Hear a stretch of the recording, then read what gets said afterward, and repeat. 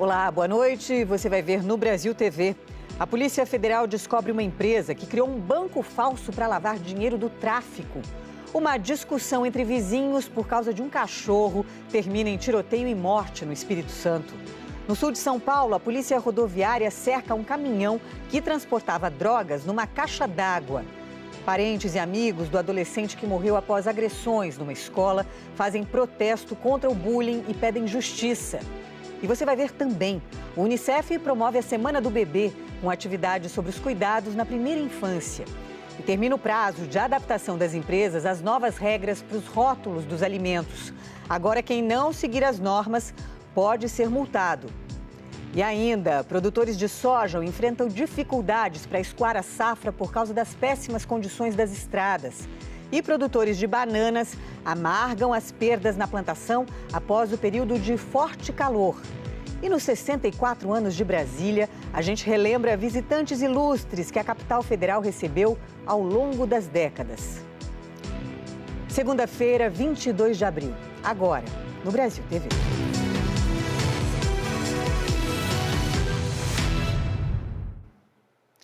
A Polícia Federal do Pará descobriu uma empresa que funcionava como um banco falso para lavar dinheiro do tráfico internacional de drogas. Uma denúncia anônima levou a Polícia Federal a um sítio em Curuçá, a 143 quilômetros de Belém. Os agentes encontraram debaixo da terra 1 tonelada de cocaína. Prenderam 2 pessoas em flagrante e apreenderam telefones celulares. A investigação descobriu que a cocaína que estava no terreno tinha 2 destinos: a costa europeia e a costa ocidental africana. A PF identificou nos celulares apreendidos mensagens dos bandidos que revelaram um esquema nas águas do Pará. A localização do estado é estratégica para o tráfico internacional de drogas. É vizinho de países produtores de cocaína, tem uma costa enorme e é cheio de rotas para escoar a droga. Segundo a polícia, cidades menores, por exemplo, como esta em que eu estou, estão sempre no radar de quem cuida da distribuição do produto ilícito. Isso porque, nessas regiões, muitos barcos não iniciam as viagens de portos legalizados. Costumam sair de qualquer beira de rio para driblar a fiscalização. Segundo os investigadores, o grupo criminoso contratava pescadores locais para transportar a cocaína em barcos pesqueiros. As embarcações eram adaptadas durante meses e recebiam um fundo falso para esconder a droga. Passavam semanas atravessando rios e o oceano para entregar a mercadoria. Segundo a polícia, o grupo criminoso viu a possibilidade de criar uma empresa e apresentá-la ao mercado como um banco para lavar o dinheiro do tráfico de drogas.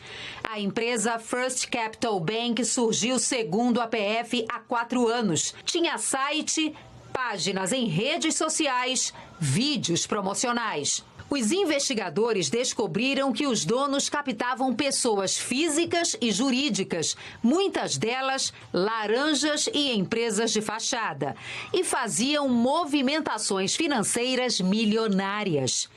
Se utilizando do banco e de várias outras pessoas jurídicas, físicas e jurídicas, teve uma movimentação de mais de 50 milhões de reais entre 2022 e 2023. A Justiça Federal determinou a suspensão das atividades do First Capital Bank e o bloqueio dos valores das contas da empresa desde o dia 4 de abril. 12 pessoas foram presas em 7 estados e no Distrito Federal. Segundo as investigações, os donos do Banco First, no papel, são Regiane Pereira de Oliveira, sócia majoritária, Nelson Pierre da Silva e Nailton Rodrigues Coelho, que se apresentam como sócios da empresa e operadores do mercado financeiro. Os 3 foram indiciados e as investigações continuam.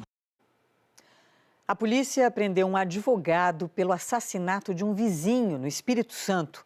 O crime foi depois de uma discussão por causa de um cachorro sem coleira.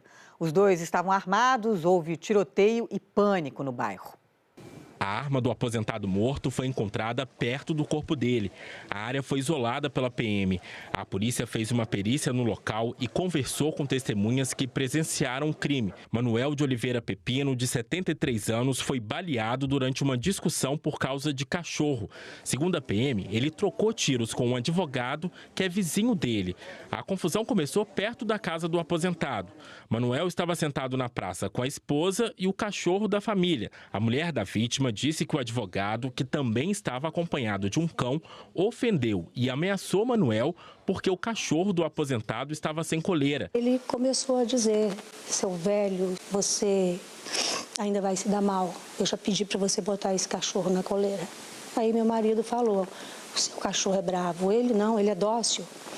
E aí começou a discussão. Segundo o relato da esposa da vítima, o aposentado foi em casa pegar uma arma depois das ameaças. Eles começaram a brigar na rua. A esposa de Manuel contou que foi o advogado, que já estava armado, quem atirou primeiro. Um dos disparos acertou a janela da casa do aposentado. O cachorro da família também foi baleado. Depois dos primeiros tiros, Manuel e o advogado continuaram brigando pelas ruas da Mata da Praia.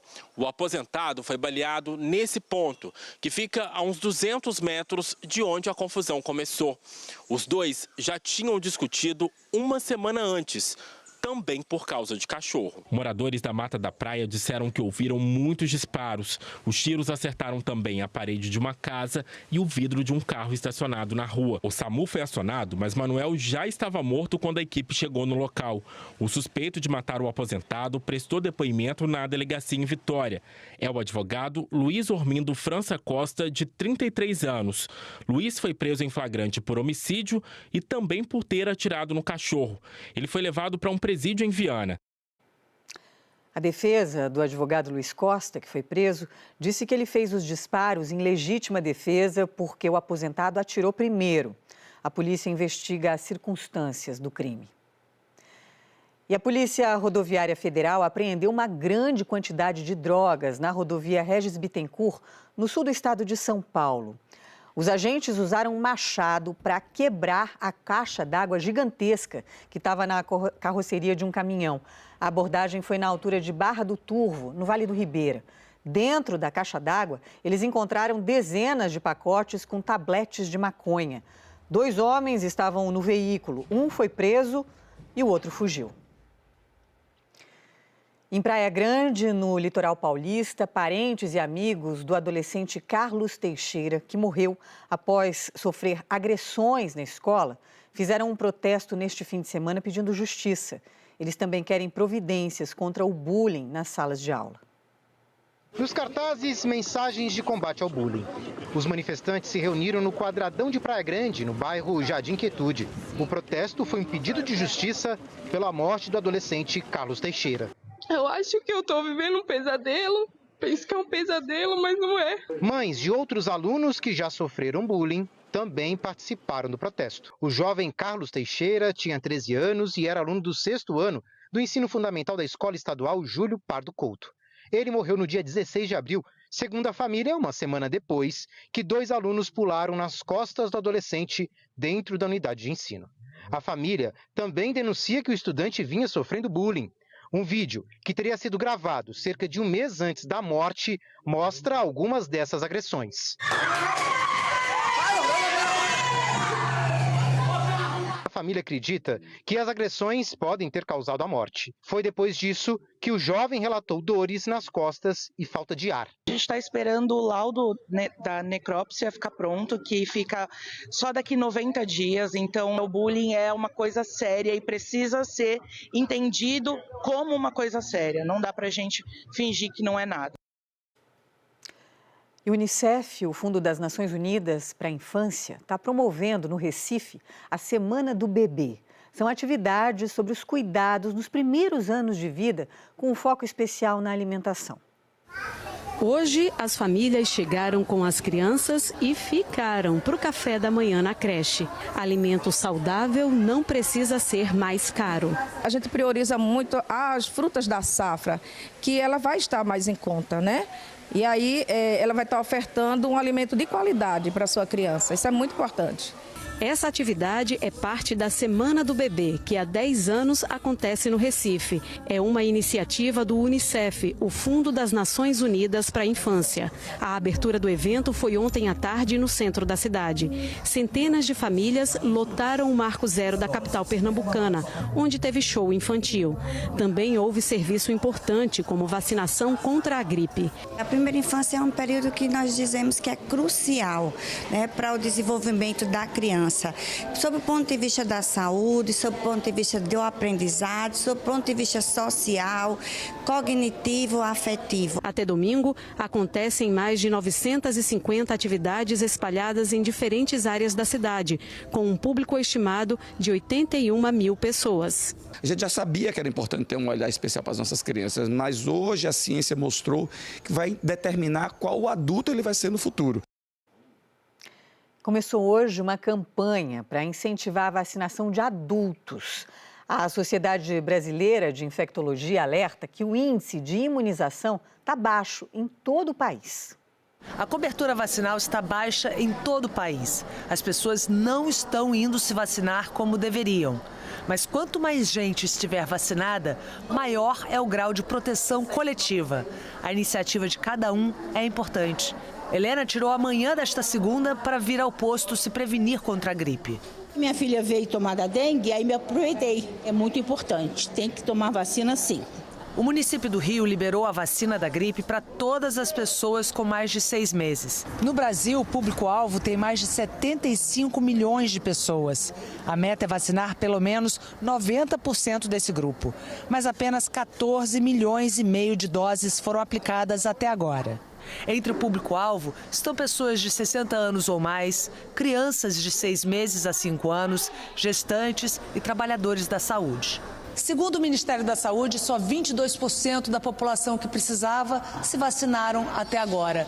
Quem tomou a vacina da gripe no ano passado tem que tomar uma nova dose esse ano. A fórmula de 2024 protege contra 3 cepas do vírus influenza que mais circularam no hemisfério sul em 2023. A Sociedade Brasileira de Infectologia lançou hoje, em São Paulo, a campanha nacional Tá Vacinado? O objetivo é que mais brasileiros, principalmente adultos, se vacinem contra vários tipos de doença. A campanha vai divulgar, ao longo de 8 meses, informações importantes sobre as vacinas, combatendo as fake news.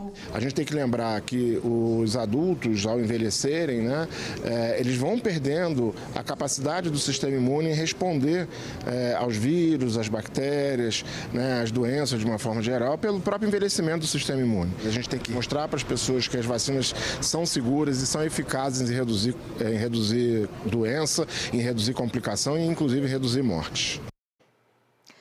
E terminou hoje o prazo para as empresas se adequarem às novas normas sobre rótulos nas embalagens de bebidas e alimentos.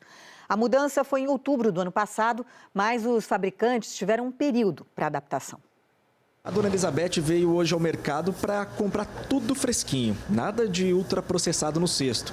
Mas quando precisa, ela fica de olho em um item especial. Eu olho sódio e a validade, né? Isso. Sódio, por que a senhora é preocupada com ele? Porque faz mal para a saúde, né?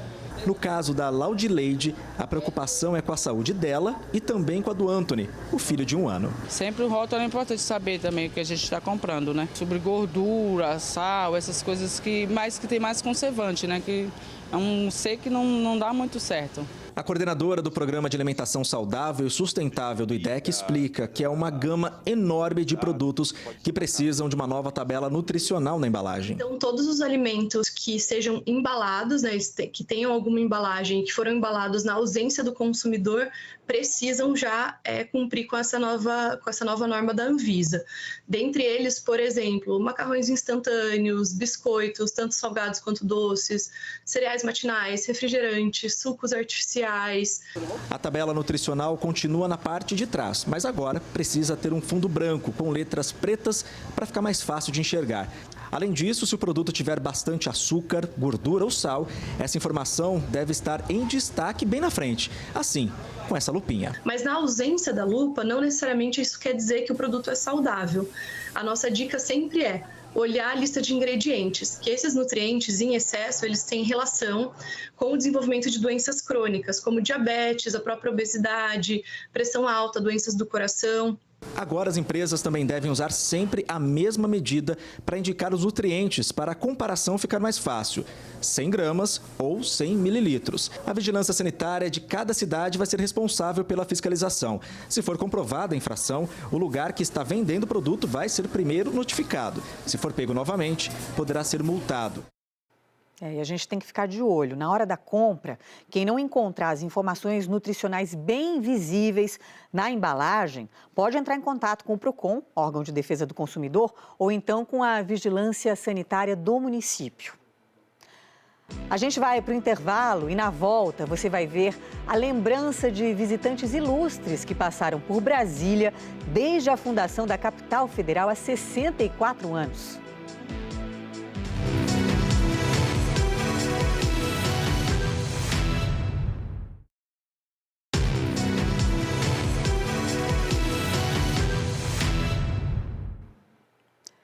Produtores de soja enfrentam dificuldades para escoar a safra no sul do país. Os caminhoneiros se queixam das condições precárias das estradas. Na propriedade do Kleber, entre Passo Fundo e Coxilha, a colheita começou há algumas semanas. Em poucos dias, ele gastou cerca de R$10 mil em manutenção do caminhão. Segundo ele, tudo por conta das condições das estradas da região. Tinha que contratar frete e pagar caro porque ninguém quer botar caminhão nessas estradas aí. A prefeitura diz que tenta dar melhores condições de trafegabilidade, mas depois das chuvas intensas do ano passado, a demanda por consertos aumentou muito. Por isso, o trabalho em pontos críticos tem sido feito desde janeiro. Nós temos um planejamento, todos os trechos do interior nós vamos passar e fazer o conserto. Passo Fundo tem cerca de 5 mil hectares de soja plantada e essa produção passa por estradas como essa.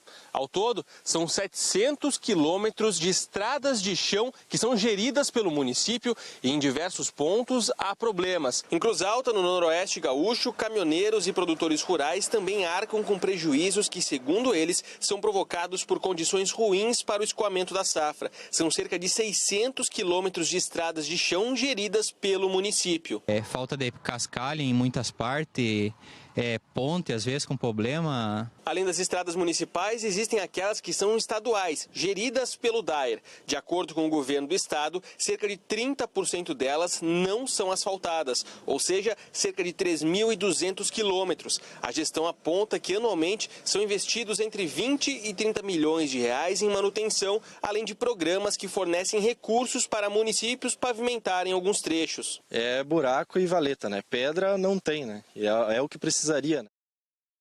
Difícil assim, né? E prejuízo também em Minas Gerais. Produtores de banana, uma das frutas mais populares na mesa do brasileiro, sofreram grandes perdas na plantação por causa do calor. Nesta propriedade em Piau, na zona da Mata Mineira, o Álvaro precisou replantar as bananeiras. Dos 2.000 pés plantados em setembro do ano passado, 500 morreram. Pés novos que foram replantados em novembro também estão morrendo novamente. Isso aí é um prejuízo para atrasar um ano, porque agora só vou conseguir replantar o ano que vem. Enquanto isso, já calcula os prejuízos. As bananas in natura são para fabricação de doces. Só nesse bananal aqui, eu calculo eu perder uma produção de 400 a 500 caixas este ano. Isso aí vai me dar um prejuízo em torno de R$20 mil só em valor de banana, fora o valor de mercado da fruta desidratada. Nesta outra fazenda, as bananeiras estão ressecadas, com as folhas queimadas. As frutas foram colhidas antes mesmo de atingirem o tamanho ideal para venda. As bananas são colhidas ainda verdes e passam por um processo de amadurecimento em um ambiente climatizado. Assim, elas ficam boas para venda de maneira uniforme. O problema é que muitos cachos estão começando a amadurecer ainda no pé. Neste aqui, por exemplo, as bananas de cima se desenvolveram mais, se soltam com facilidade. Já as de baixo estão verdes, pequenas. Veja a diferença entre elas. Neste caso, o cacho inteiro vai ter que ser cortado. O clima afeta diretamente na produção. A banana não enche o que era para encher e não produz o tanto que era preciso para produzir. Se não colher, ela vai madurar. Então, se não deu uma banana de primeira, vai de segunda. A banana mais miúda, mais fraca, que ela não encheu, que ela não ficou grande, aí já não é bom para comércio, para você vender in natura. Você já ouviu falar em pedra de boi? É um cálculo que aparece na vesícula do animal e que movimenta um mercado bilionário pelo mundo. 1 quilo dessa pedra chega a valer R$1 milhão. E o Brasil exporta esse material para países asiáticos. Essas pedras super especiais são geradas dentro das vesículas de bois e vacas, principalmente de bichos mais velhos. Valem mais do que os cortes de carne mais nobres, do que o leite da melhor qualidade. E o Brasil é um dos maiores produtores do mundo. Existem empresas regularmente constituídas que compram esse material e normalmente exportam esse material. Os ladrões estão de olho. Em setembro de 2023, começou uma onda de assaltos, todos no interior de São Paulo. Imagina a cena, tem um carro indo daqui de Barretos para São Paulo. Ele passa por baixo do viaduto e pega a esquerda na direção da capital. Aí é interceptado por outro carro, de onde descem 2 bandidos armados. Eles chegam, rendem todo mundo, tomam o volante e levam o carro por uma estradinha de terra, onde eles amarram o pessoal. Então, finalmente, roubam a valiosa carga. Que carga era essa? R$2 milhões em pedras de vesícula de boi. Mas por que essas pedras de vesícula de boi são tão valiosas, são tão cobiçadas por tanta gente? A explicação é a seguinte: é porque elas entram como ingredientes em remédios da medicina tradicional da Ásia. Na linha de produção de um frigorífico, chegamos ao posto, onde as vesículas são retiradas e esvaziadas. A gente está no meio da tarde, já foram abatidos mais ou menos uns 600 animais? 610 animais. Esse é o resultado de um dia inteiro. Aqui eu recolho elas, faço a higienização, fecho o cadeado, a chave sempre comigo. E a peneira está aqui para isso, para segurar as pedras. Segurar as pedras. Da linha industrial, elas vêm para cá, uma geladeira trancada na sala da chefia. É a maneira mais segura e a maneira correta de armazenar os cálculos biliares. Varia por dia em torno de 13 a 16 gramas. Lembrando que 1 grama está valendo em torno de R$1.000. Antes a gente vendia para terceiros, né? Onde eles vendiam, faziam a exportação. Hoje, com essa parceria com outro frigorífico, a gente vai estar abrindo um canal direto na exportação. Brasília completou ontem 64 anos. E o repórter Gabriel Tibaldo mostra visitas históricas que grandes personalidades fizeram a Brasília ao longo das décadas. São muitos anos de uma história escrita pelo povo e pelas personalidades que já passaram pela capital do Brasil. E Brasília realmente é acolhedora. Veja só essa imagem. Foi em 1968. A Rainha Elizabeth esteve aqui junto com o Príncipe Philip. Quando o avião pousou no aeroporto, a capital tinha apenas 8 anos. Brasília recebeu a realeza com todas as honras. O primeiro aperto de mão foi do então presidente Costa e Silva. A rainha foi ao Palácio da Alvorada e a visita foi amplamente divulgada. A agenda contou com recepção no Itamaraty, subida na rampa no Congresso e hospedagem no Hotel Nacional. Em 1991, o Papa João Paulo II veio a Brasília e distribuiu bênçãos. A primeira foi de dentro do Papa Móvel. A visita durou 2 dias. Em 1996, foi a vez de Bill Gates parar o trânsito na esplanada dos ministérios. Ele doou à comunidade solidária os direitos autorais da edição brasileira do livro que escreveu. Também em 1996, Brasília foi palco do último show do Mamonas Assassinas antes do acidente que matou 5 integrantes do grupo. Eles se apresentaram no Mané Garrincha. Daqui, seguiriam para São Paulo, mas no meio do caminho, o jatinho que eles estavam caiu na Serra da Cantareira. O Brasil inteiro se comoveu com a tragédia. Ninguém acredita. A imagem do grupo ainda é barulhenta.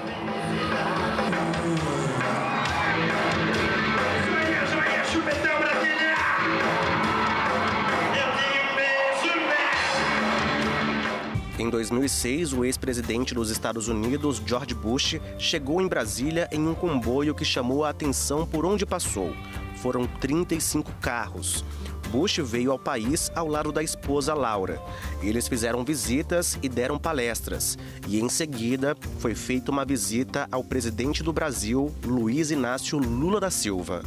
O maior jogador da história da Argentina e lenda do futebol mundial, Diego Maradona, também esteve aqui. Foi em 2006.